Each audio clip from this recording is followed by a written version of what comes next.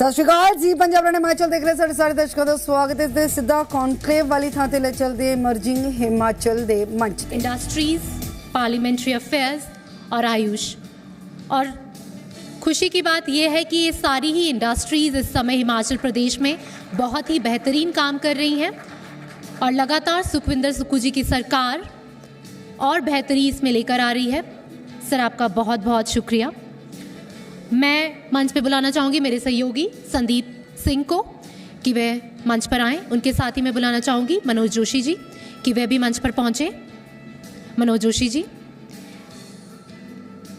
आगे मैं बुलाना चाहूँगी हमारे इस पैनल में मिस्टर राज मल्होत्रा, मैनेजिंग डायरेक्टर राज मल्होत्रा's IAS स्टडी ग्रुप। ज़ोरदार तालियों के साथ हमारे इस पैनलिस्ट का स्वागत किया जाए।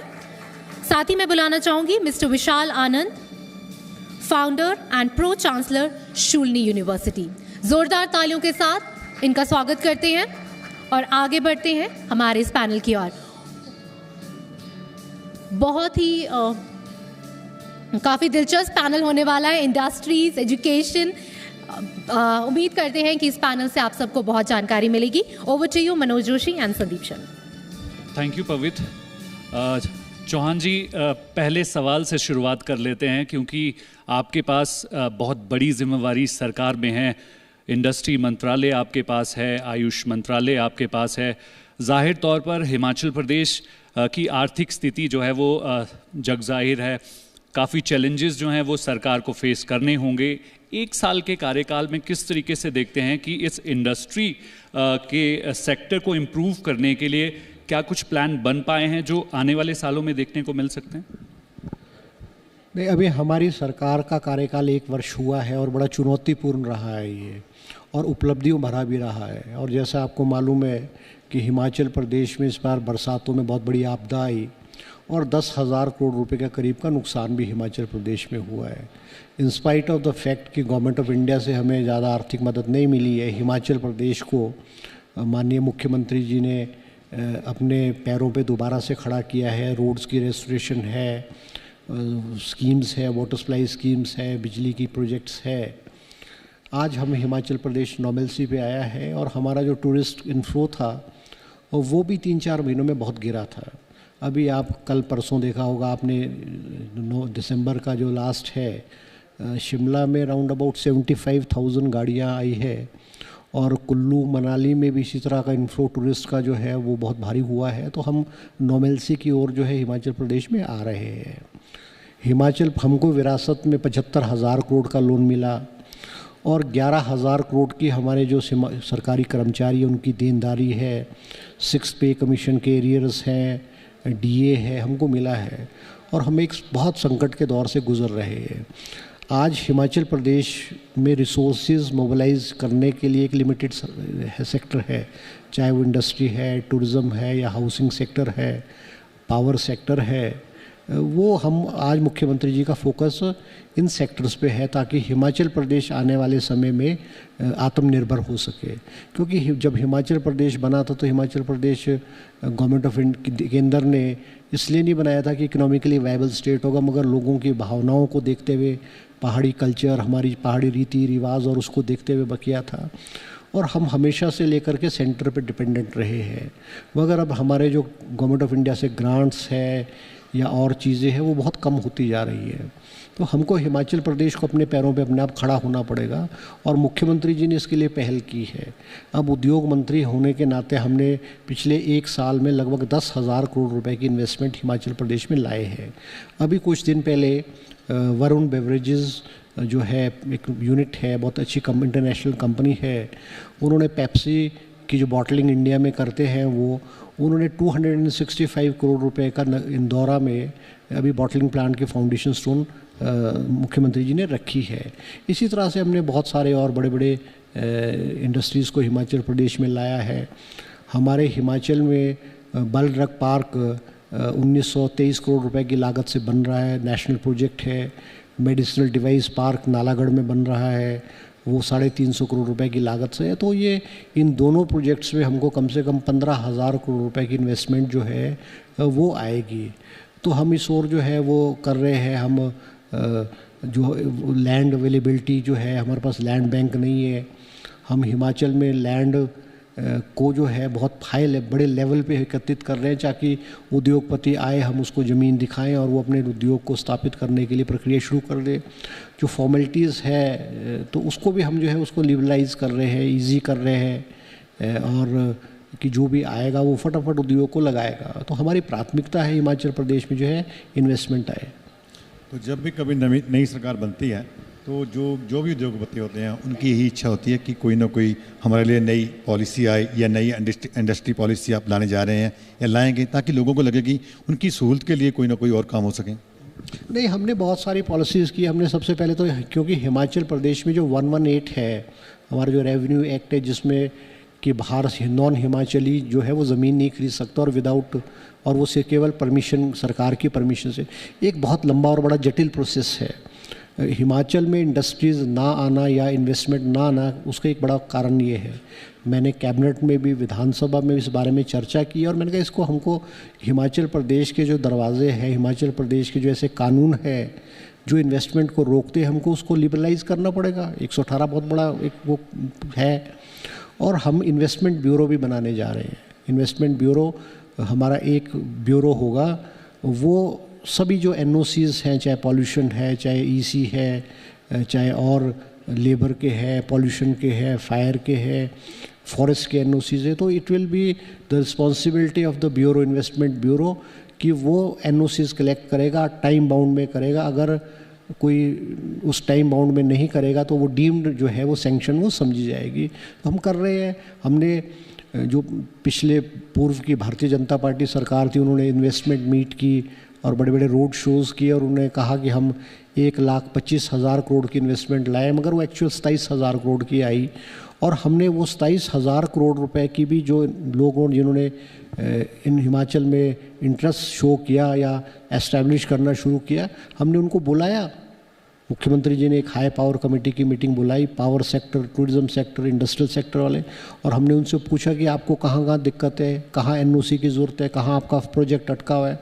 तो हमने उनको भी कोशिश की कि वो जो है उनके प्रोजेक्ट स्टार्ट हों और उनको जो है ईजी उनको काम करना आसान हो जाए।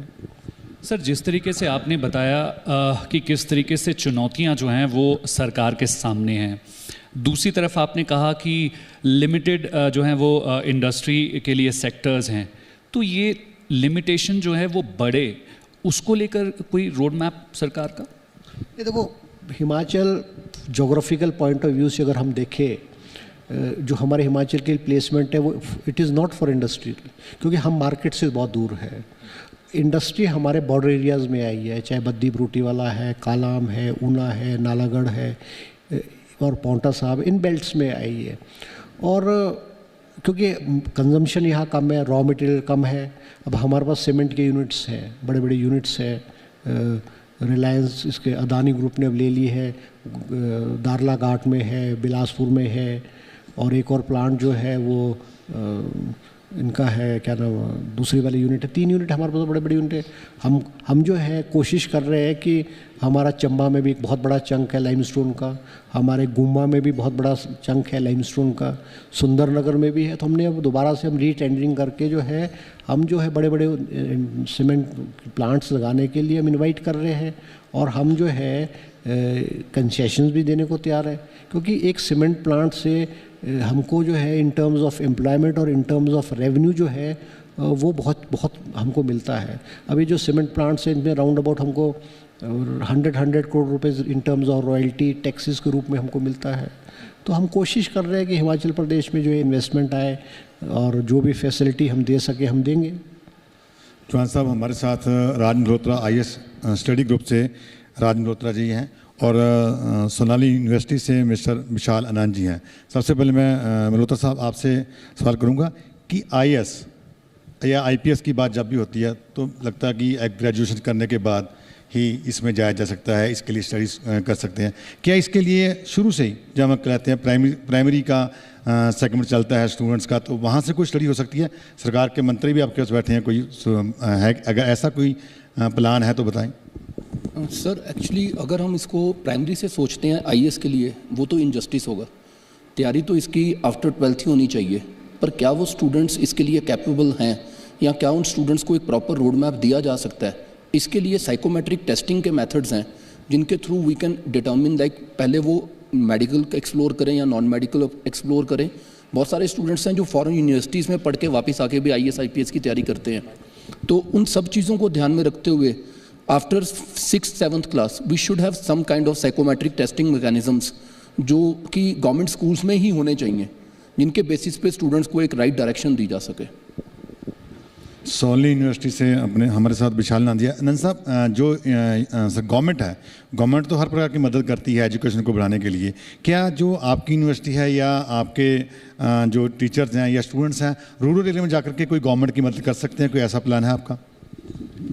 ज़रूर सर। शूली विश्वविद्यालय जब हमने स्थापित किया 2009 के अंदर, हमारा विजन ये था कि हमने हिमाचल में एक ग्लोबल स्केल की यूनिवर्सिटी, जहाँ पे रिसर्च और लर्निंग बिल्कुल जैसे टॉप ग्लोबल यूनिवर्सिटीज़ में होती है उसके स्तर पे हो, और वो विश्वविद्यालय गवर्नमेंट की हेल्प से हमने यहाँ पे एस्टैब्लिश किया। कसौली हिल्स में हमारा विश्वविद्यालय है, और हमारा फोकस पहले दिन से रहा कि ज़्यादा से ज़्यादा हिमाचल के बच्चे इसका बेनिफिट उठाएं, क्योंकि हिमाचल के बच्चे अदरवाइज़ बाहर जाते थे जहाँ पे उनको काफ़ी कॉस्ट भी पड़ती थी, एक्सपोजर भी उतना नहीं मिलता था। लास्ट ईयर मुझे याद है, मैं एक रिव्यू ले रहा था अपनी टीम के साथ जब हमारा एडमिशन सीज़न क्लोज हुआ। मैंने उनको पूछा कि, तो वो बता रहे थे कि 26 स्टेट से बच्चे आए हैं, 90% वाले इतने आए हैं, 20 फॉरेन लोकेशन से हमारे पास बच्चे गए। तो मैं कहा, एक सवाल पूछा कि रूरल हिमाचल का बच्चा कितना आया, तो they were blank for 5 minutes. Sir, overall 45% बच्चा हिमाचल से आया, पर मैं रूरल से कितना आया? So will get back to you the data. तो मैंने उनको एक लक्ष्य दिया। मैंने कहा, अगर शूलनी रूरल हिमाचल पे इम्पैक्ट नहीं कर सकती तो शूलनी का होने का कोई बेनिफिट नहीं है, क्योंकि अल्टीमेटली हमने रूरल रूथ के लिए ये प्लेटफॉर्म तैयार किया है। तो हमने एक स्कीम शुरू की जिसके अंदर हमने कहा कि पहले स्टडी किया जाए कितनी हमारी ग्राम पंचायत हैं। तो हमने देखा 3600 प्लस ग्राम पंचायत हैं। तो हमने कहा, हर गांव से क्या हम एक शूलनी का बच्चा, एक शूलनी का एम्बेसडर तैयार कर सकते हैं? एक बच्चे की अगर हम लाइफ बदलते हैं, वो कल 100 बच्चों के लिए इंस्पिरेशन बनता है उस गांव से। और उसके बेस के ऊपर हमने एक स्कॉलरशिप स्कीम लॉन्च की, जिसके अंदर हमें नेचुरली 3600 बच्चे को हम एक साल में अकोमोडेट नहीं कर सकते। हमने कहा, पहले हम टॉप 100 स्टूडेंट्स को, जो उन 3600 पंचायत में से सपोज 2000 बच्चा एक साल पास आउट होता है, उसमें से जो टॉप 100 स्टूडेंट है उसको 1 लाख रुपीज़ पर स्टूडेंट की एक एनेबलमेंट देंगे, ताकि वो एक अच्छे संस्थान में आके पढ़ सके। तो वो हमने अगले 10 साल अगर हम करते हैं तो 2000 लाइफ्स को हम टच कर पाएंगे। दूसरा, मैंने कहा, जो बाकी बच्चे हैं वहाँ पे, हमारा एक ऑनलाइन एजुकेशन प्लेटफॉर्म है शूलनी ऑनलाइन, जो आज की डेट में सिर्फ भारत में नहीं, बाहर भी बहुत मुल्कों में यूज़ हो रहा है, जिसके द्वारा आप बड़े सिंपल तरीके से अपने टाइम के हिसाब से एक graduation, undergrad program, post grad program को अटेंड कर सकते हैं, और बहुत मिनिमल कॉस्ट के साथ। तो उसमें मैंने ये कहा, क्योंकि बहुत बच्चे हैं जो अफोर्ड नहीं करते हैं अपने गांव से बाहर आना। +2 के बाद हमारा ड्रॉप रेशो बहुत हाई है, सिर्फ 27% बच्चा ऐसा है जो +2 के बाद हायर एजुकेशन के लिए हमें ज्वाइन कर पाता है। तो मैंने कहा, उन बच्चों के लिए हम ये ऑनलाइन सुविधा जो है गांव से गांव पहुंचाएं। हम जो प्रधान हैं हमारे ग्राम पंचायत में, उनके साथ वर्कआउट करें, और एक स्पेशल 50% का हम कट ऑफ करके कि 50% तक हमको सब्सिडी देके हर बच्चे के हाथ में एजुकेशन का एक टूल बनाएं। और मेरी रिक्वेस्ट गवर्नमेंट से भी रहेगी, सर हैं, कि इस लक्ष्य में, ये मेरा एक लाइफ का और मेरी पूरी टीम का, मेरे जो एसोसिएट्स हैं उनका एक मिशन है कि हर हिमाचल के गांव में हर बच्चे के पास कम से कम ग्रेजुएशन करने का एक मौका हो। वो मौका हमने प्लेटफॉर्म तैयार किया है, और गवर्नमेंट की हेल्प से हम श्योर उसको विलेज टू विलेज ला के बच्चों को इनेबल करेंगे।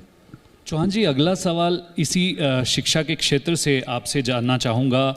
जिस तरीके से अभी शीतकालीन सत्र धर्मशाला में हुआ, वहाँ पर भी जो है विधायक के द्वारा एक इनोवेटिव आइडिया डिस्कस किया गया, जिसमें फॉरेन यूनिवर्सिटीज़ की इन्वेस्टमेंट को जो है वो प्रदेश में डेवलप करने की बात जो है विधायक द्वारा कही गई थी।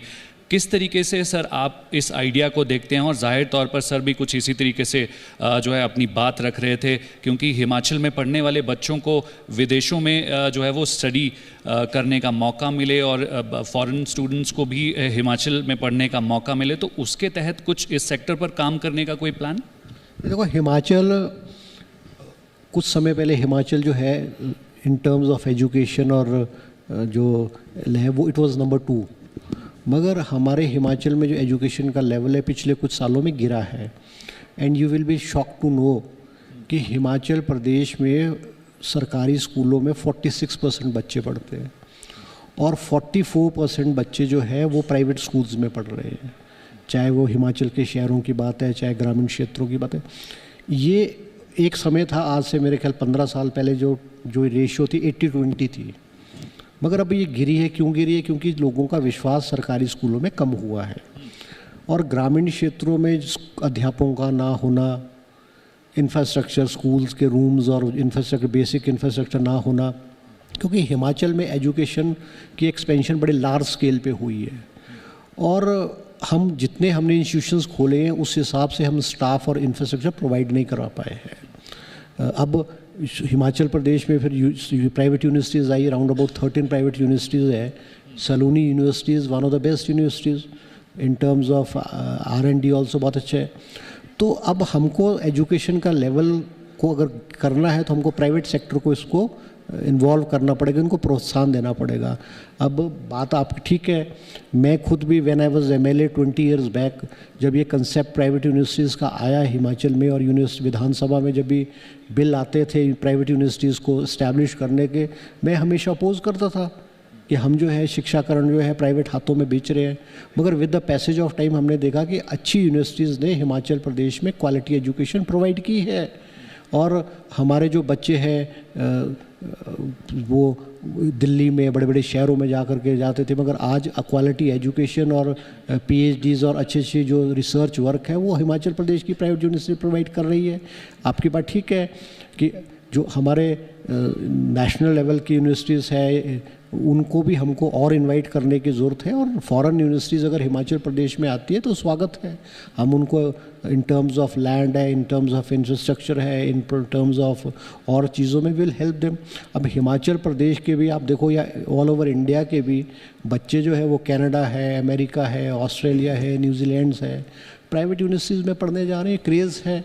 मगर अगर ये यूनिवर्सिटीज़ यहाँ आकर के अपने आप को एस्टेब्लिश करती है तो हम वी विल वेलकम देम।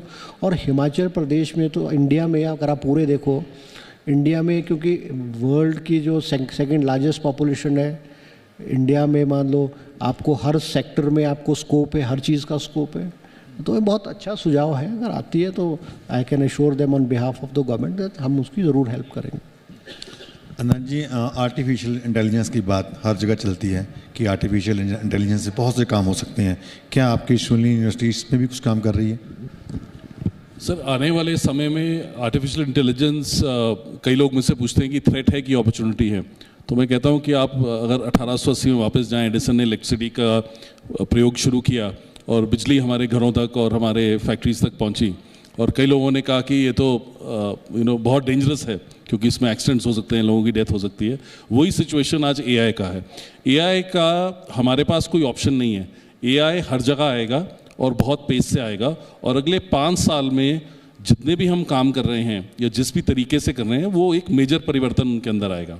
अब उसमें 2 ऑप्शन है हमारे पास। एक ऑप्शन है कि हम वेट करें और देखें कि फ्यूचर क्या कहता है और उसके बाद अडेप्ट करें।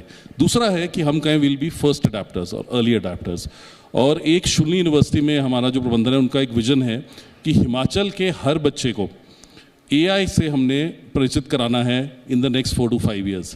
इसके लिए हम बहुत एक मेजर इन्वेस्टमेंट कर रहे हैं। अप्रैल के अंदर हम एक अभी हमारा सेंटर ऑफ एक्सीलेंस बन रहा है आर्टिफिशियल इंटेलिजेंस के ऊपर, वन ऑफ इट्स काइंड पूरे नॉर्थन इंडिया के अंदर होगा and we are getting industry partners to partner with it. हाँ, मेन ऑब्जेक्टिव उसका AI रिसर्च, AI एनेबलमेंट और हायर एजुकेशन होगा। पर मैंने अपनी टीम को एक ये लक्ष्य दिया है कि क्यों ना हम 7 day, 14 day, 30 day online programs prepare करें जो almost at zero cost available हो हिमाचल के हर बच्चे को, हर नागरिक को। सिर्फ बच्चे को क्यों, आज की डेट में मैं भी एक कोर्स कर रहा हूँ, उसमें 28 दिन में 28 AI टेक्निक सीखने का कोर्स है, MIT यूनिवर्सिटी का कोर्स है, बिकॉज हम सबको अपडेट होने की जरूरत है। अगर हम अपडेट नहीं होंगे तो हम पीछे रह जाएंगे। लेकिन अगर हम एक ऐसा स्टेट बनते हैं जहाँ पे आर्टिफिशियल इंटेलिजेंस अडेप्टेबिलिटी हाईएस्ट होती है, हर किसी के साथ होती है, तो आई एम श्योर जो विजन हमारी आज गवर्नमेंट ने रखी है, हमारे ऑनरेबल चीफ मिनिस्टर रखी है कि 2027 तक आत्मनिर्भर और 2032 में one of the richest states in the country, that will be totally possible. और जो भी उसमें हम सहयोग गवर्नमेंट के साथ कर सकें, जॉइंट प्रोग्राम्स कर सकें, we will be happy to help sir there to enable AI as the first, जिसको कहते हैं first AI enabled state of the country. That is our vision. Raj Malhotra ji, जैसे पिछले 1 दशक की बात करें हम, IAS IPS हमारे रीजन में कम हो रहे हैं, तो इसको लेकर आप तो प्रयास कर रहे हैं, एजुकेट कर रहे हैं लोगों को, क्या गवर्नमेंट की तरफ से भी कोई प्रयास होना चाहिए इसको लेकर के कि हमारे IPS IAS ऑफिस की संख्या बढ़े हमारे एरिया की? Sir usually governments related schemes काफ़ी आती रहती हैं and I suppose her state ने ऐसी कुछ स्कीम्स बनाई हैं, बट वहाँ पर यूजली अब जैसे दिल्ली में भी हुआ था, उन्होंने प्राइवेट इंस्टीट्यूशंस के साथ टाई अप किया, बिकॉज जो कॉलेज या यूनिवर्सिटी टीचर्स हैं वो UPSC की जो नीड्स हैं उनको उस तरह से अंडरस्टैंड नहीं कर पाते, एंड विद ड्यू रिगार्ड दे ले अ वेरी स्ट्रॉन्ग फाउंडेशन, पर for these competitive exams the professional coaching has become a new normal. तो उसके लिए जैसे बाकी स्टेट्स ने भी, पंजाब गवर्नमेंट ने भी अनाउंस किया कि वो भी प्राइवेट इंस्टीट्यूशन से टाई अप कर रहे हैं, इसी तरह से बाकी स्टेट्स भी अब शुरू कर रही हैं, तेलंगाना ने भी किया है पिछले टाइम में। So yes, state can come forward, come up with some schemes where they can sponsor some students for coaching, तो उससे स्टूडेंट्स को भी बेनिफिट होगा और स्टेट को भी। चौहान जी, अगले सवाल का जवाब आपसे ले लेते हैं। जिस तरीके से इंडस्ट्री हिमाचल प्रदेश में ग्रो कर रही है, विजन किस तरीके से सरकार का है वो आपने रखा, स्किल्ड एम्प्लॉय की कमी आज भी खलती है। आप किस तरीके से समझते हैं कि ये कितना सीरियस इशू है और इस पर इंडस्ट्री डिपार्टमेंट को क्या डायरेक्शंस पास ऑन की गई हैं आपकी तरफ से? देखो, ये एक बहुत बड़ी समस्या है, क्योंकि हमारे पास जो है हिमाचल प्रदेश में यूजुअली लोग +2 के बाद ग्रेजुएशन करते हैं, प्रोफेशनल कोर्सेज में बहुत लोग कम जाते हैं, क्योंकि हमारे यहाँ 80% रूरल पॉपुलेशन है और colleges maximum out of 115 colleges हैं हिमाचल में, डिग्री कॉलेजेस, वो ग्रेजुएशन ही करते हैं बच्चे। अब हम खुद भी इंडस्ट्री में देखते हैं, हम इंडस्ट्री में बात करते हैं कि 80% हिमाचली को रोज़गार देने की बात करते हैं, और कुछ फैक्ट्रीज़ में 80% है भी, मगर बहुत सारी फैक्ट्रीज़ में नहीं है, क्योंकि वो जिस टाइप का कैलिबर और जिस टाइप का जो है प्रोफेशनल टच और डिग्री वो चाहिए वो नहीं है। हमारे जो बच्चे हैं वो जैसे ITI इलेक्ट्रिकल है, ITI मैकेनिकल है, उस लेवल वाले ही कर पाते हैं, तो बहुत कमी है। अब हमको गवर्नमेंट सेक्टर में भी जो है मान लो इंजीनियरिंग कॉलेज है, पॉलीटेक्निक है, हमारे ITIs है, उसमें भी हमको अपने जो पैटर्न है और जो लर्निंग का सिस्टम है उसको हमको चेंज करने की ज़रूरत है। अब वो हम पुराने स्टिचिंग है, सिलाई कढ़ाई है और उसी पे लगे हुए, मगर अभी मुख्यमंत्री जी ने हाल में बहुत सारे ट्रेड्स चेंज किए हैं और बहुत सारे ट्रेड्स को इंट्रोड्यूस किया, जैसे आर्टिफिशियल इंटेलिजेंस है और IT से संबंधित बहुत सारी चीज़ें हैं, उसको चेंज करके किया है ताकि हम एक मैन पावर हिमाचल प्रदेश में जो है आने वाले समय में मैन पावर खड़ी कर सके। ये बात ठीक है कि हमें कमी है इंडस्ट्रियल सेक्टर, हम जब इंडस्ट्री के लोगों को हम 80% के लिए प्रेशराइज करते हैं कि 80% करो, तो वो कहते हैं अवेलेबिलिटी नहीं है और इसीलिए बाहर से लोग आते हैं। अब कुछ फैक्ट्रीज तो ऐसी है, जैसे हमारे फर्नेस इंडस्ट्री है, आयरन स्टील इंडस्ट्री है, उसमें हिमाचल के लोग नहीं काम करते हैं, वो बाहर से ही आते हैं, यूपी है, बिहार है, बाहर से लोग आकर के काम करते हैं, तो ये तो दिक्कत है हमको उस हिसाब से। बाकी फार्मास्यूटिकल यूनिट है, इंडिया का जो सबसे बिगेस्ट हब है फार्मास्यूटिकल का, वो बद्दी ब्रूटी वाला नालागढ़ में है और इंडिया का 60% वो है। तो हमारे पास जैसे अभी सलोनी यूनिवर्सिटीज़ और बहुत सारी यूनिवर्सिटीज़ में बच्चों ने B फार्मा की, M फार्मा की, और मैं कह सकता हूँ कि हिमाचल प्रदेश का कम से कम 8 से 10 हज़ार बच्चा इस सेक्टर का B फार्मा और फार्मा सेक्टर का बच्चा हमारा एडजस्ट है। शायद मुझे लगता कोई भी बेरोज़गार नहीं है, तो क्योंकि हमने पिछले 10-15 साल में ये B फार्मा और ये प्रोफेशनल कोर्सेज़ कई जगह शुरू किए थे और विशेष करके प्राइवेट सेक्टर में हमने किए थे, तो इसकी तो हमको ज़रूरत है। जैसे मंत्री जी ने कहा कि बहुत सी जगह पे जो स्किल्ड लेबर है उसकी ज़रूरत होती है, तो बहुत सी यूनिवर्सिटीज़ जो स्किल्ड डेवलपमेंट सेंटर्स खोल रही हैं, तो खोले हैं क्या ऐसे आपकी यूनिवर्सिटी ग्रामीण एरिया में या कहीं और खोलने की तैयारी कर रही है, ये पहले किए हैं? स्किल यूनिवर्सिटी के लिए एक बहुत इम्पॉर्टेंट एरिया रहता है, और अभी तक अनफॉर्चुनेटली क्या हुआ था, even the national mission, state mission जो था, स्किल को सेकेंडरी लेवल पे देखा जाता था और उसमें कहा जाता था कि स्पेशल इंस्टीट्यूशंस बनेंगे, अलग इंस्टीट्यूशंस बनेंगे, नेशनल स्किल डेवलपमेंट काउंसिल बनी, बट अनफॉर्चुनेटली वो सक्सेस नहीं मिला जितना रिसोर्स और फंड्स उसके ऊपर इन्वेस्ट हुए नेशनल लेवल पे। तो अभी लास्ट मंथ हमारी कॉन्फ्रेंस थी, तो आदरणीय प्रधानमंत्री जी ने उसको थॉट कहा कि विश्वविद्यालयों की रिस्पॉन्सिबिलिटी भी है skills, why should skills only with the responsibility of other institutions. तो इस विजन को फॉरवर्ड लेते हुए शूलिनी यूनिवर्सिटी में भी हम एक स्किल डेवलपमेंट सेंटर इनिशिएट कर रहे हैं, द स्किल डेवलपमेंट सेंटर का जो थॉट प्रोसेस रहेगा कि short term programs 15 day to 30 day programs at circulation so that we can impact maximum life, सबसे ज़्यादा जिंदगियों को हम इम्पैक्ट कर सके ओवर अ 12 मंथ पीरियड। तो hopefully by the next semester हमारा डेवलपमेंट सेंटर रेडी हो जाएगा और उसमें जो स्किल्स जैसे सर ने कहा बड़ा इंपॉर्टेंट है इंडस्ट्री को समझना। हमारी आज की डेट में स्ट्रेंथ जो है, दो पिलर्स के ऊपर इंडस्ट्री खड़ी है, एक टूरिज्म है, एक फार्मास्यूटिकल है। फार्मास्यूटिकल में हम एशिया में वर्ल्ड ओवर नोन है प्रोडक्शन कैपेबिलिटी के लिए, और दूसरा हमारा टूरिज्म इंडस्ट्री है जो हमारा ट्रेडिशनली एक सबसे स्ट्रॉन्ग पिलर रहा है। इन दो इंडस्ट्रीज़ में हमारा खास फोकस रहेगा और इसके लिए हम मैन पावर को absolutely at the rate that is required by the industry prepare करेंगे इंडस्ट्री पार्टनरशिप के साथ। मल्होत्रा साहब, IAS IPS की बात करते हैं हम, तो उसमें है कि गवर्नमेंट +2 के बाद आप करते हैं कि गवर्नमेंट स्कूल में बच्चे आते हैं, +2 के बाद जो वहाँ से निकलते हैं, तो गवर्नमेंट जो है क्या कोई ऐसा सिलेबस वहाँ पे भी शुरू कर सकती है स्कूलों में +2 के लेवल पे कि जो बाद में उसको किसी की तरह को कि IAS या IPS के कोई कंपटीशन देना है उसके लिए उसको मदद मिल सके या उसके लिए उसको नॉलेज मिल सके? सर, आई सपोज स्कूल्स के बाद कॉलेजेस में तो ऑलरेडी ऐसे कोर्सेज हैं and the main thing that is missing, वो बच्चों में करंट अफेयर्स को लेके जो एक रुझान होता है वो बहुत ही मिसिंग है। उसके लिए ओरिएंटेशन होनी बहुत ज़रूरी है और ये सिर्फ IAS IPS के लिए नहीं, ये किसी भी कॉम्पिटिटिव एग्जाम के लिए this is something that is missing in any state and every state. कहीं पर भी स्कूल कॉलेज लेवल पर बच्चों को करंट अफेयर से जोड़ने के लिए कोई खास एफर्ट्स ही नहीं हो रहे हैं। So this should be the change that we should all be looking forward to, ताकि बच्चे शुरू से ही न्यूज़पेपर्स पढ़ें, मैगजीन्स पढ़ें and they should be aware about national international events. उनकी नॉलेज बहुत शैलो रह जाती है सिर्फ bookish, that then take a lot of task on them when they start preparing for any competitive exam. अगर MBA की बात भी करें उसके लिए भी करंट अफेयर्स के साथ अपडेट होना, जब आपका ग्रुप डिस्कशन है उसके लिए आपको नॉलेज होना बहुत इंपॉर्टेंट है। But unfortunately nobody is like giving stress on these current affairs in school or colleges, so that is missing.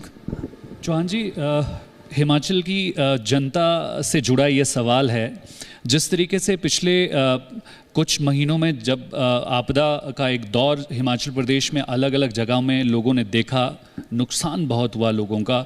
दूसरी तरफ अगर बात करें तो जैसा आपने बताया कि हिमाचल प्रदेश में 2 बड़े सीमेंट प्लांट्स हैं। हिमाचल में जो है वो मैन्युफैक्चर होते हैं, लेकिन हिमाचल के लोगों को ही सीमेंट जो है वो महंगा मिल रहा है। क्या उम्मीद कर सकते हैं हिमाचल की जनता कि क्या सरकार इस पर भी विचार करेगी ताकि लोगों को जो है हिमाचल में ही सीमेंट सस्ता मिले? देखो, ये बात आपकी ठीक है, ये बहुत लंबे अरसे से ये इशू चला हुआ है पिछले 10 सालों से कि हमारे एडजॉइनिंग स्टेट्स में वो सीमेंट सस्ता है, हिमाचल में जहाँ पैदा करते हैं वो महंगा है। और हमने इंडस्ट्री वालों से, फैक्ट्री वालों से बात भी की है। उनका मानना ये है क्योंकि जो प्लेन्स को जो कॉस्ट ऑफ ट्रांसपोर्टेशन है वो कम है।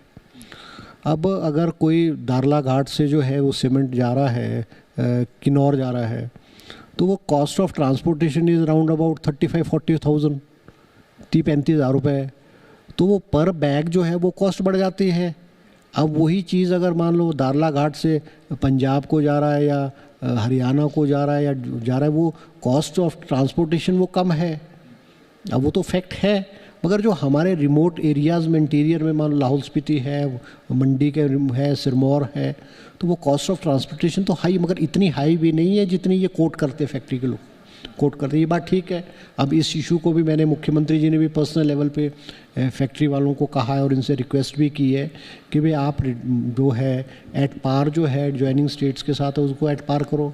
मगर अब इस इशू को हम जो इसको टेकअप करके इसको रिजॉल्व करने की कोशिश करते हैं। बिल्कुल सर, आपने बहुत सारे महत्वपूर्ण सवाल जो हिमाचल से जुड़े हैं, इंडस्ट्री से जुड़े हैं, उसका बखूबी से जवाब दिया है। अब हम चाहेंगे, हमारे दोनों ही गेस्ट का बहुत बहुत शुक्रिया हमारी इस खास बातचीत में जुड़ने के लिए। और मंत्री जी, आपसे अभी बातचीत और भी जारी रहेगी। और दूसरी तरफ अगर बात करें कि जिस तरीके से हिमाचल प्रदेश में लगातार जो हैं वो संभावनाएं तलाशी जा रही हैं और मिनिस्टर साहब ने जिस तरीके से कहा, उम्मीद करते हैं आने वाले समय में कोई पॉजिटिव रिस्पांस ज़रूर देखने को मिलेगा। शुक्रिया आप दोनों का ही। और हर्षवर्धन चौहान जी, जिस तरीके से आपका पॉलिटिकल करियर की अगर मैं बात करूं तो एक बड़ा लंबा दौर रहा है और ऐसे में हिमाचल प्रदेश को आप बखूबी जानते हैं। आप एक ऐसे ज़िला से संबंध रखते हैं जो काफ़ी चुनौतियों से भरा है, वहाँ के लोग आपसे काफ़ी उम्मीदें रखते हैं। और दूसरी तरफ अगर बात करें तो एक बड़ी जिम्मेवारी आपको इंडस्ट्री मंत्रालय के साथ साथ आयुष मंत्रालय की भी दी गई है। और हिमाचल प्रदेश की खूबसूरत वादियों की अगर बात करें तो इन वादियों में आयुष मंत्रालय के लिए बहुत सारी जो हैं वो चुनौतियां, संभावनाएं बनती हैं, ताकि हिमाचल प्रदेश में इस मंत्रालय से जुड़ा जो भार आपके ऊपर दिया है उस पर भी कुछ अच्छे पॉजिटिव रिजल्ट्स जो हैं वो आने वाले समय में देखने को मिले। तो मैं इसी से ही अगला सवाल का जवाब आपसे लेना चाहूँगा। चौहान जी, आयुष मंत्रालय की तरफ से क्या कुछ ऐसे प्लान्स किए गए हैं, क्योंकि हिमाचल प्रदेश की वादियों में जड़ी बूटियाँ बहुत मिलती हैं, तो ऐसे में इस सेक्टर को इम्प्रूव करने के लिए कोई रोड मैप? देखो, हिमाचल प्रदेश में जो हमारा आयुष विभाग है, हमारे राउंड अबाउट 1350 इंस्टीट्यूशंस है, जिसमें से कि 13 हमारे जो है रीजनल हॉस्पिटल्स है, डिस्ट्रिक्ट हॉस्पिटल्स और रीजनल हॉस्पिटल्स है हमारे। और हमारे कोई राउंड अबाउट 35 हमारे जो है 10 बेडेड हॉस्पिटल्स भी है। स्टाफ की हमारे पास कमी है। अभी हमने 145 आयुर्वेदिक डॉक्टर्स को रिक्रूट किया है और हम उनकी जल्द पोस्टिंग कर रहे हैं। हमारे कोई 750 के करीब आयुष वेलनेस सेंटर भी खोल दिए गए हैं, और जिसमें हमने जिसका इंफ्रास्ट्रक्चर हमने इम्प्रूव किया है, उसमें हमने योगा टीचर्स अपॉइंट किए हैं। हर वेलनेस सेंटर में एक मेल और एक फ़ीमेल योगा टीचर अपॉइंट किया है, ताकि योगा की क्लासेस भी वो लोगों को सिखाएं। और हमारी कोशिश है कि जो ये मसाज वाला सिस्टम है, आयुर्वेदिक चीज़ों से ट्रीट करना है, इसको हम बढ़ावा दें।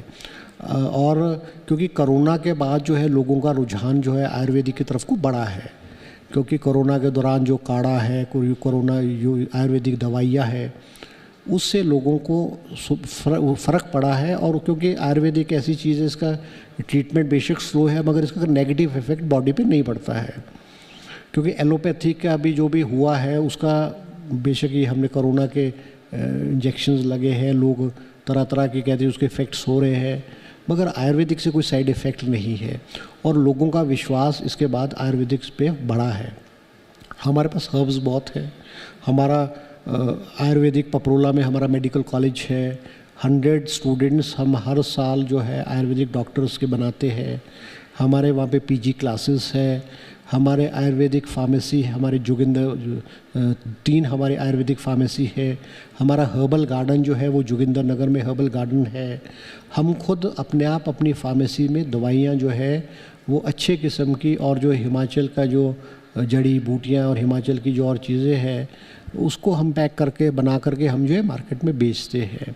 तो अब आयुर्वेदा डिपार्टमेंट को स्ट्रेंथन करने की ज़रूरत भी है, क्योंकि केरला को अगर आप देखोगे तो केरला का जो मसाज और केरला का जो आयुर्वेदिक सिस्टम है, उसमें जो है उसमें बढ़ोतरी हुई है। हम इसको टूरिज़्म के साथ जो है आयुर्वेदा को हम टूरिज़्म के साथ जोड़ रहे हैं।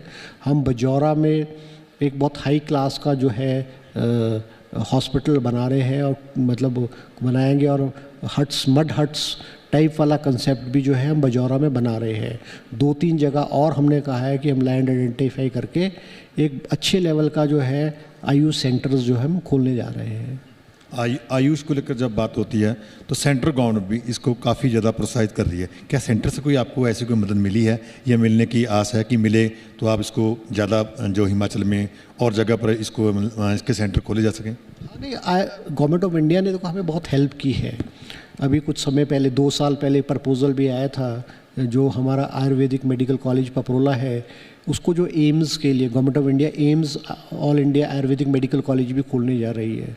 और हमने हिमाचल गवर्नमेंट ने पूर्व में 2 साल पहले प्रपोज़ल भी भेजा था हमारा पपरोला कॉलेज को आप टेक ओवर करके AIIMS all India Ayurvedic medical college खोले।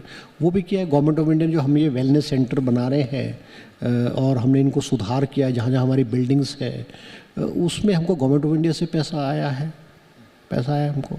और क्योंकि हिमाचल में सबसे बड़ी प्रॉब्लम ये है कि हमारे मैक्सिमम डिपार्टमेंट अंडर स्टाफ्ड है। अब बहुत सारी जगहों में तो एक आयुर्वेदिक डॉक्टर जो है वो दो आयुर्वेदिक हॉस्पिटल्स को देखता है। कोई एक दिन एक जगह रहेगा, दूसरे दिन दूसरा जगह रहेगा, तीसरे दिन तीसरी जगह रहेगा। तो दिक्कत तो है, मगर अब हम 145 आयुर्वेदिक डॉक्टर की पोस्टिंग करने के बाद थोड़ा ये ईज आउट हो जाएगा। अभी हमने 65 आयुर्वेदिक फार्मासिस्ट को जो है वो अलग अलग वेटनरी डिस्पेंसरीज हॉस्पिटल्स में भेजा है। हमारे पास मसाज करने वाले लोग नहीं थे, और हम जो है क्लास 4 के जो हमारे कर्मचारी थे उन्हीं को थोड़ा ट्रेन करके उनसे हम मसाज कराते थे। अभी हमने 32 जो है वो मसाज जो है मेल एंड फीमेल जो है हमने अभी रिक्रूट करके उनको हर डिस्ट्रिक्ट, हमारे डिस्ट्रिक्ट और रीजनल हॉस्पिटल्स में 2-2, 3-3 लोग करके भेजा है, ताकि हमारा ये मसाज वाला सिस्टम और ये जो पद्धति है इसको बढ़ाओ।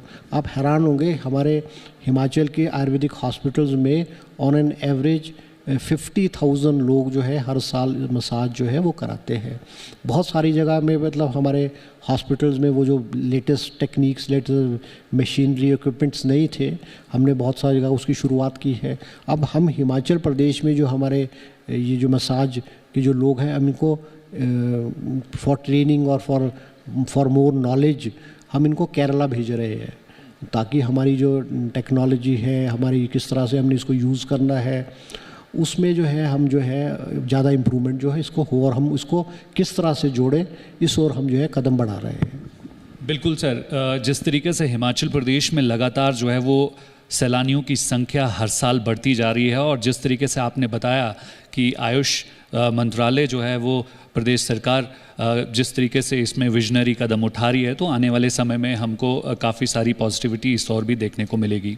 अगले सवाल का जवाब आपसे ले लेते हैं सर। जिस तरीके से इंडस्ट्री को इन्वेस्टमेंट करने के लिए, इस सेक्टर में इन्वेस्टमेंट करने के लिए प्रदेश में प्रोत्साहित किया जा रहा है, एक लैंड बैंक की बात जो है सरकार ने कही थी, क्या ज़मीन चिन्हित कर ली गई है? कौन कौन से ज़िला में जो है वो इस तरीके की उपलब्धि जो है वो रहने वाली है?